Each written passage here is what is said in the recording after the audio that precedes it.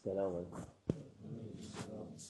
بسم الله الرحمن الرحيم والصلاة والسلام على رسول الله سيد الأولين والآخرين مدد يا رسول الله مدد يا سادات أصحاب مدد يا مشايخنا دستور مولانا شيخ الله فرزا حسن شيخ محمد العقاد طريقة الصحبة والخير في الجميع.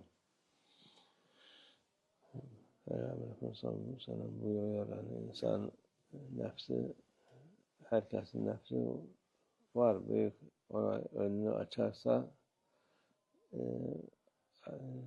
hiç doymaz. Nefis doymayan bir şeydir. Ne kadar versen o kadar daha ister. Arsızdır, üstsüzdür derler. O şekildedir. Bu insan nefsi o kadar büyük ki imkan olursa Firavun'un nefsi gibi. Firavun da nefsine tapmış. En sonunda milleti de nefsine taptırmış, kendine taptırmış.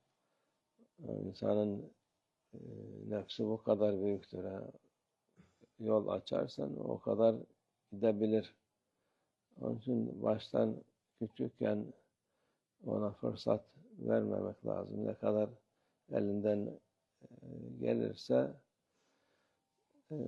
bir şey istersen onu lazımsa bile daha acele nefis istediği için tabi dünyavi şeyler öyle. İlla şimdiki insanlar öyle bir toplum yapmışlar. Tüketici toplumu derler.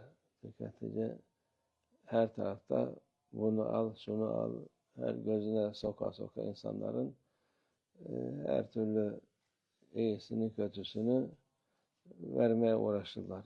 Nefis de elinden geldiği kadar onlardan almaya uğraşır. Yani maddi olarak görünen şeyler var. Görünmeyen şeyleri de bilmeden insanın kafasına sokarlar. Bunu yapacaksın, şey yapacaksın. Kötüyü iyi olarak en sonunda insan onu kötü iyi zannederek yaptığı Allah'ın men ettiği, haram ettiği şeyleri normal olarak görmeye başlar. Onun için nefse o fırsatı vermemek lazım. Nefsini zapt etmek lazım insanın.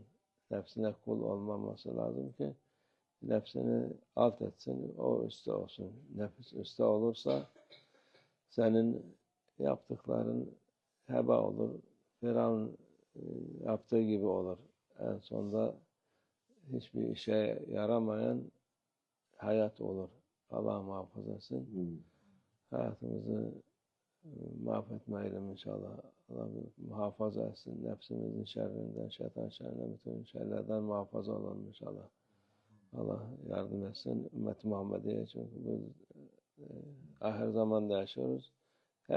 Herkes nefsinin emrinde. Buyur ne yapalım? Bugün emredersin. Tamam yapalım. Bunu bu iyiliği yapalım. Yok yapma. Tamam bunu da yapalım.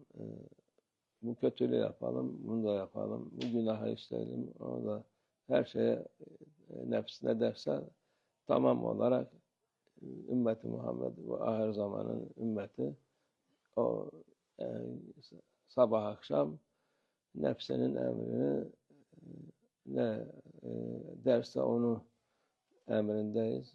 Yaparız. Allah yardım etsin. Allah hepimize yardım etsin. Sahip göndersin. Bu şeylerden kurtarsın. Ümmet Muhammed'i. Amin. Allah tevfik. El Fatiha.